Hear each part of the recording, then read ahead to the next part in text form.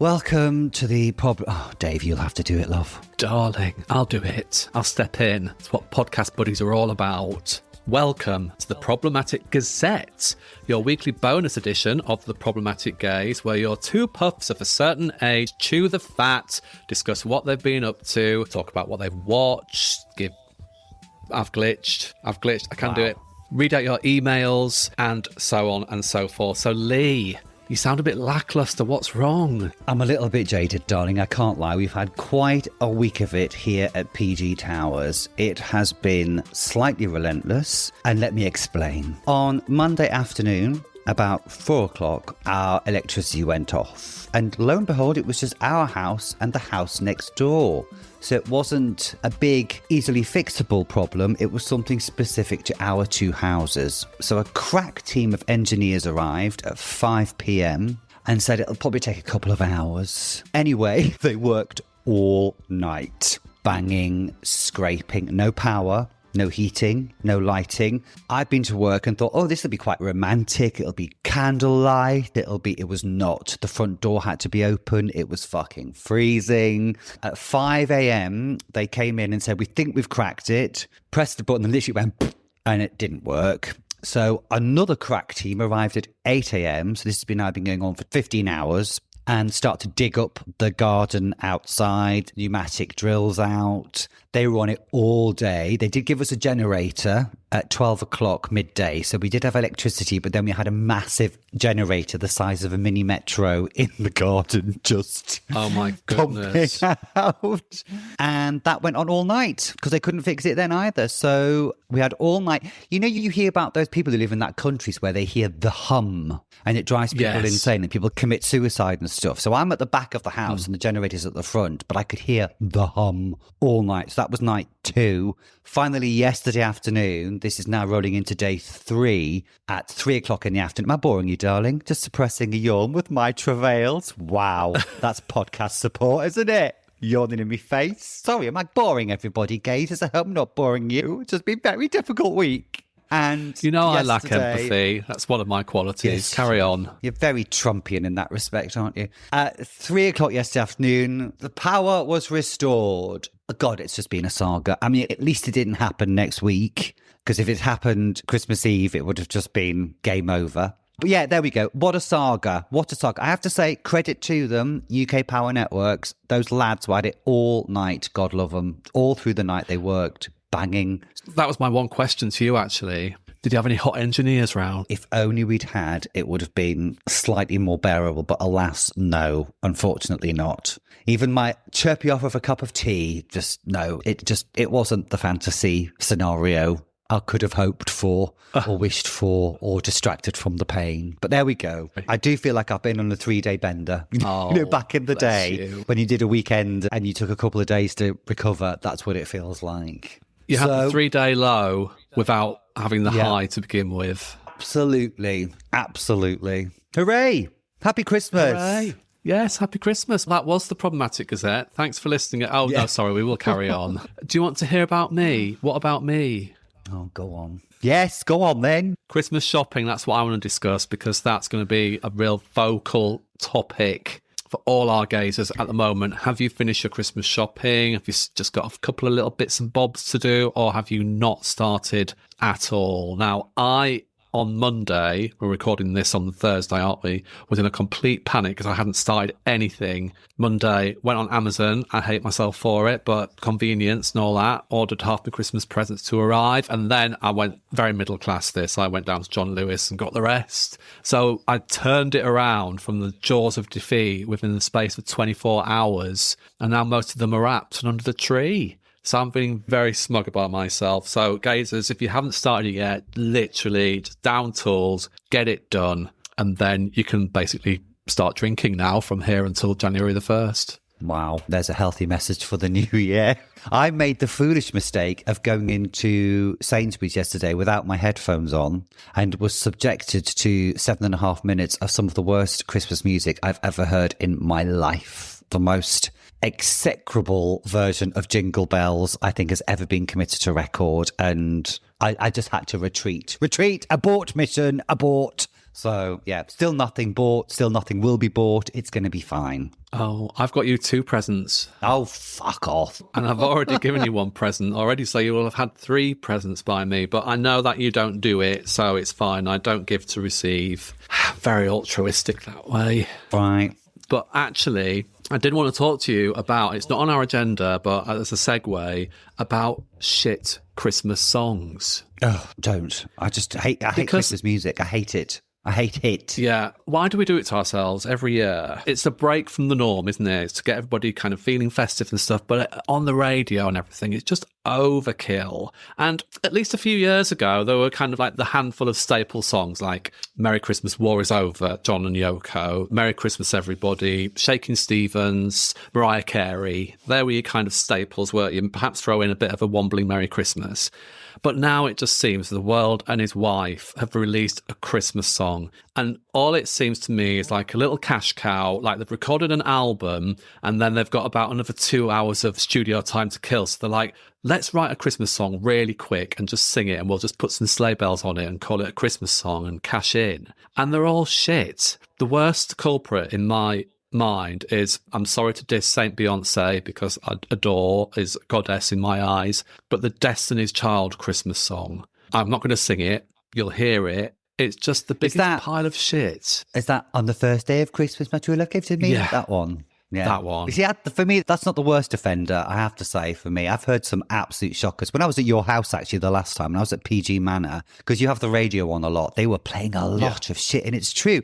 You used to have your classics, your staples, which would be peppered throughout the day. You knew where you were. Now, any kind of Buble, Minogue or 2-bit anybody's just put some jingle bells on, as you say, and you've got a Christmas song. Hey, Poncho, let's make some money. Oh, it's dreadful. And it just dilutes the whole thing. It stops being special and just becomes this jingle bellsy mush of sloppy noise that's just there. Oh, you are tired, aren't you?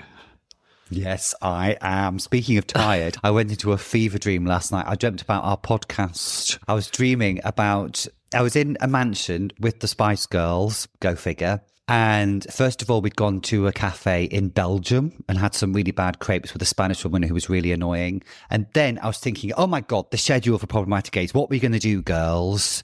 And I had this dream schedule in my head, which obviously I can't remember, but it was fucking great, Dave. And then Victoria Beckham said to me, she said, look at the state of them shorts you're wearing. And I looked down and I had these horrible old scabby grey shorts on. I went, look at yours, Vicky. And she had these like 90s lace cycling shorts on with the crotch missing and these dirty knickers on. I went, look at yours, Beckham. What's yours like? And then I woke up in a panic. It was like, what's just happened? It was really weird. Do you know, Freud would have a field day with that dream. I swear to God. I swear. Is Victoria Beckham my mother in my head, maybe? Maybe. That would be a turn up for the books. Let's do a DNA test. We could just retire off Victoria Beckham's inheritance. And actually, there was a tarantula in the dream. And Freud always said that people were scared of spiders because they reminded them of vaginas. So maybe the Victoria Beckham and the dirty knickers link is right there. Gazers, what do you think? Answers on a postcard, a self-addressed envelope to PG Manor. What does Lee's dream about spiders mean? And is it about his fear of vaginas? Or fear of Victoria Beckham? We don't fear vaginas on the Problematic Gaze. We just don't want to look at them very much or touch them. No. Oh, God. Should we move on to Morecambe and Wise? Yes. Morecambe and Wise. The reaction to Morecambe and Wise. Sorry, we've lost it now. The reaction to Morecambe and Wise, I think Lee's a little bit delirious, to be honest. I mean, talk about soldiers being sleep deprived as a mode of torture. Lee is literally he's gurning. If you could see him, he's gurning, looking around the room at the invisible people and just gently shaking backwards and forwards. I can hear voices in my ears. I can hear voices. Oh, it's you. Morecambe and Wise. Morecambe and Wise. Yes, that went down very well. It's going to tweet on the socials, darling. We've had another celebrity follow, haven't we, darling? Oh, we have. We have one. Yes. Fern Britton. Yes. Hi, Fern. The lovely Fern Britton is now following us. Hello, Fern, if you're listening. Come on the pod. I like Fern. Come on the pod. Come on. I like Fern. Maybe she could do Dad's Army with us, which is one of our proposed episodes, future episodes. Not that I'm revealing all our secrets, but... Spoilers. Yeah, no, Morecambe and Wise went down very well, and I'm very pleased. And there seems to be a lot of love out there for them, doesn't there? There really does. And I think, it kind of appeals to our gazers, our Gen Xers out there, fellow Gen Xers. It was a staple of Christmas TV for many of us. Mm-hmm. So if you haven't listened to that episode yet, please do. It's a humdinger. It's a nice one. Yeah, we've had an email. Go on. Do you remember we had a review from Rocky, didn't we, in Australia? Rocky. That we kind of stumbled across. Rocky. Yeah. Rocky. Good old Rocky. So after hearing that we mentioned him, Rocky got in touch, which is really nice. And he says, hello from down under. Thank you for the work that you do to create a fantastic podcast. 10 years ago, I had some health issues. And then I found things like going to arts festivals, pop culture conventions, and wonderful podcasts like The Problematic Gazette, and it has significantly improved my life and brought me so much joy, so thank you again. Your YouTube shows are fabulous, and during the Christmas break I'll be doing my homework in the morning, then watch the corresponding podcast that evening. The Charlie's Angels episode was brilliant, and I love Kelly from Charlie's Angels, and thanks for doing the Prisoner Cell Block 8 show, or as he says, Prisoner, because he's from Australia. It brought back memories of Bea, Lizzie, Doreen, and Vinegar Tits, Vera Bennett. And he's given us some suggestions for 2026. Fatal Attraction, he says, especially discussing which is the better ending, the original or the audience-friendly one. My Best Friend's Wedding. Again, we were going to do that one, weren't we? Yeah, we were. Yeah, so that's another suggestion of his. And he says, keep up the good work and all the best for the holidays, Rocky. So thank you so much, Rocky. Another gazer from down under. And I love that. Thank you so much, Rocky. And we're so happy we make you happy. So keep gazing, keep enjoying, keep doing your homework, you naughty boy. Thank you so much for your support. It means a lot. Yeah. Now, remember, we are opening our mailbag. Our bulging sack will be flung open in our first Gazette of the next year as we look back on the year that's just gone. So if you've got any favourite episodes, anything that struck a chord with you, anything that particularly resonated with you, do let us know, or just tell us nice things about how lovely we are. Isn't that right, Dave? We like it. And I think Dr. Lee needs it at this moment in time. He just needs stroking a little bit. Yes, thank you. Just to lighten the mood a little bit, I want to talk about a topic, a film we saw about nuclear war. Oh, hooray, our favourite subject. Yes, we have done a couple of podcasts now, haven't we, on Threads, which was a nuclear war film from the 80s, from the UK. And what was the other one called? The War Game. The War Game, which is from the 60s, again about nuclear war from the UK and everything. But we watched House of Dynamite, didn't we? Which is an American film directed by Catherine Bigelow. Yes, it's on Netflix. It's very good, isn't it? Did you enjoy it? I really enjoyed it. It's one of them films where you have to keep telling yourself, it's just a film. It's just a film because it's so anxiety ridden. You can feel yourself tensing up. I had to say to my husband, look, it's a film. Look, there's Idris Elba. It's not real, because he could see he was getting anxiety ridden as well. So basically the premise is a ballistic missile is heading towards the USA. No one knows who's fired it. No one knows what's going to happen, where it's going to land. And it's three different perspectives from the White House Situation Room, and then it's from the army, the military room, and then it's from the point of view of the President of the United States, played by Idris Elba. And what do you think of it? I loved it. My main take was, though, is it how terrifying that the capability for nuclear war is currently in the hands of an orange pumpkin madman who has clearly lost all grip on reality. That was my most terrifying thought after watching this, because you realise that he does have the ultimate power to sanction a nuclear conflict in that event. He's got the guy sitting next to him with a special suitcase that can launch the nuclear code, and it's horrifying. So I hope it makes people think. But yeah, it's ever so good. Catherine Bigelow is a fantastic director. I remember watching her first ever movie, which was a vampire movie, actually, from the 90s. I can't remember what it was called, but it was fucking great. And I thought, wow, what a genius talent she's got. And yeah, you're right in the drama of this. So if you want a piece of high octane, heart-stopping, heart-thumping piece of film for the Christmas holidays that takes you away from Christmas for a bit, then yeah, House of Dynamite, absolutely recommend it. It's really great. Yeah, so if you're in a house full of relatives who are really doing your head in and you want a bit of escape, you want something lighter,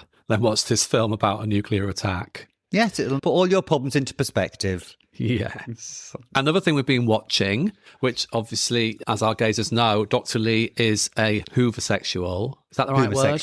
Homosexual. It's a Doctor Who fanatic. And there's been a spin-off, hasn't there? The War Between the Land and the Sea, which doesn't feature the Doctor himself, but it's set within that universe and features several characters that feature in the main stories as well. But it's very much a standalone. And I have to say, I'm 3 episodes in and I'm thoroughly enjoying it. Yeah, me too. It's nice because it's got a chance to breathe. The pace is great, I think. I think the premise is really interesting. It features a variation of an old classic serious villain. I just wish they'd give us a little glimpse of the old classic Sea Devil design. Would it kill you? Would it kill you, Doctor Who team? But yeah, it's really good. And the effects are magnificent, aren't they? And the cast are great. Worth a watch if you fancy something different again over the holidays. Although I don't think I'll forgive them for what they did to Ibrahim at the end of episode 3. I'm on that cliffhanger at the moment, so I don't know which way it's going to go. But there you go. But it's really worth watching, gazers. Even if you've never seen Doctor Who, even if you don't much like Doctor Who, then this is a real kind of standalone piece and it's well worth the watch. Yes, and Russell Tovey has actually said, I saw him being interviewed, and he said that he's got Doctor Who to thank for his career, because obviously he is in the 2007 Christmas special, Voyage of the Damned, which features a certain Kylie Minogue, and which was based heavily on a certain film called The Poseidon Adventure. Just maybe a little hint there, something that might be coming down the line. But yeah, he's very vocal about his support and love of Doctor Who. So, and of course, Gugu Mbatha Raw, who plays Salt, the main Aqua, what they're called, Homo Aqua, she was Martha Jones's sister back in the same series of Doctor Who. There's Doctor Who connections right there. Yes, underneath all that blue makeup, she's Martha Jones's sister. She's fantastic as well, isn't she? Yeah, she said it was the most freeing thing she's ever done as an actor, because you're covered in makeup, your face is recognisable, but you're allowed to build up a completely new body language, way of movement, new everything. She said it should have just felt amazing, very liberating, she said. So they come across very well, good ambassadors for the show, the pair of them. Really good. So some sad news, isn't there? Yes, for cult TV fans of a certain age. Yeah, Gil Gerard, Buck Rogers himself from Buck Rogers in the 20th Century. Now, that was started, I think, in 1980. It was broadcast over here. It ran for 2 seasons. It was kind of seminal. I never watched it because ITV scheduled it at the same time as Doctor Who. So it was a Doctor Who household, I'm afraid. I did quite fancy him, obviously. But yeah, he died the other day. I think he was 88, so a good age for him, but bless him. Good age, yeah. I used to fancy Buck Rogers as well, and there were the glamorous women in it as well, but also Tweaky. Do you remember Tweaky? Yes. Was that the... I'm glad you were able to do that, because I can't do it. But he was like this small kind of robot guy. He was obviously a child or a small actor in a silver suit, wasn't he? He used to go along. He was the little kind of plucky sidekick. Yeah.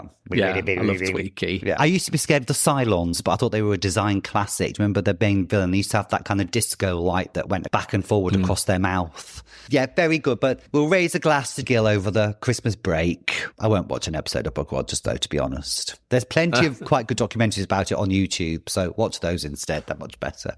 As 'twas our wont, we look forward to the future, or maybe we look forward to Christmas past, or maybe Christmas presents in our next episode, don't we, Dave? We really do. So if you are fancying an escape from your relatives, or if you're spending Christmas on your own and you want some company, then tune in next Tuesday, which is just before Christmas, isn't it? Anyway, I've lost track of days now anyway, but it's Blackadder's Christmas Carol for our main show, which we'll be focusing on next week. Blackadder's Christmas Carol from 1988. It's a kind of little standalone, isn't it, from the main series of Blackadder. It's a Christmas special, if you want, based upon the story of A Christmas Carol, but with a twist, and a really nice twist it is. Very fun. Yes, it is. Great fun and a great watch. I really enjoyed watching it. And it was lovely to talk to you about it. I could smell me high top trainers from 1988 beaming across the airs as we recorded it. So it was a lot of fun. So yeah, look forward to that, gazers, because you should. Yeah, 1988 is a kind of seminal year for some of our gazers, if you're a similar age to us. It was a time when we were burgeoning out into the world and everything was new and exciting. We had Bros, we had Kylie and Jason, Yaz and the Plastic Population. Yes, we had Bananarama, let's not forget. But yes, I will look forward to that. And yes, it'll be our episode before Christmas. So download it, maybe save it for yourself as a little treat for Christmas Day, or have it on while you're peeling your sprouts, or have it on your headphones if your relatives are arguing, or just have it and enjoy it if you're spending Christmas Day on your own. Whatever you're doing, enjoy it, listen to it, and love it. And please like and subscribe. Dr. Lee, yes. Are you going to be able to get some sleep soon? Yes, I think I will. He's gone. We've lost him. So while he's having a little doze, please follow us. Then you'll get the Problematic Gaze and the Gazette downloaded into your inbox. Please follow us on Instagram and TikTok at Podcast Gaze, where we post content related to our shows. And please email us at problematicgaze@gmail.com if you want to send us your highlights of the year for our next Problematic Gaze episode, where we'll be giving our highlights of our year. Is there anything I've forgotten? Have you woken up yet? Yeah, I've woken up and now I think we've done it, darling. Victoria Beckham's knickers, tarantulas. Yeah, we're done. Vaginas. Check. Stop talking about vaginas. What's wrong with you? Always obsessed, listeners. Obsessed. Oh, on that note, I'm off. I'm off to scour the internet. Au reservoir. This is taking a very dark turn. Au reservoir.